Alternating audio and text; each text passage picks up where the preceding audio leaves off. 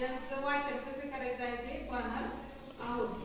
लक्ष द्या, एक सूचना दिलेली आहे. काय सूचना आहे बघा? जेव्हा दोन व्यंजने एकत्र येतात म्हणजेच त्यांच्यामध्ये स्वर जेव्हा स्वर नसतो तेव्हा त्यांचे जोडाक्षर बनते. मग उदाहरणार्थ बघायचं, यस टी ओ पी असा एक शब्द दिलेला आहे. यस आणि टी मध्ये ए ई आय ओ यू पैकी कुठला स्वर आलाय का? नाही आलेला आहे ना. मग या ठिकाणी यस टी चा उच्चार स्ट स्ट असा होतो, स्ट, आणि ओ चा उच्चार अ, पी चा उच्चार प. उच्चार काय झाला? स्ट प. अशा पद्धतीने म्हणजे काय? जेव्हा दोन एक बघा यस नंतर टी आलेला आहे, इथे A E I O U P आले का लेटर कुठलं तरी नाही आले. यस नंतर डायरेक्ट टी आले म्हणजे हे दोन्ही काय व्यंजन आहेत, त्याच्यामध्ये कुठलं स्वर आलेला नाही, म्हणून याचा उच्चार जोड अक्षर बनते. ठीक आहे, हे तुम्हाला इथं सांगितलं. तर आपण अशी काही उदाहरणे पाहूया. या ठिकाणी सीएल सीएल मध्ये ए आय ओ यू पी आहे काय एखादं लेटर इथं नाही ना.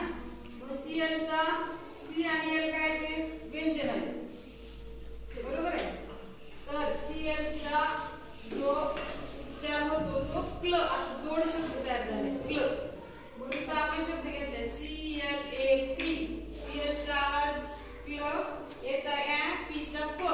उच्चार काय झाला? कॅप. Good, clap. आता नेक्स्ट वर्ड बघा, F L A G. F L चा आवाज फ्ल, ए चा आवाज ऍ, जी चा आवाज ग, ग्लोब. नंतर S L A P slap, S L double E P sleep, S L U R P slur, S F L E S H flash, S L U M slum.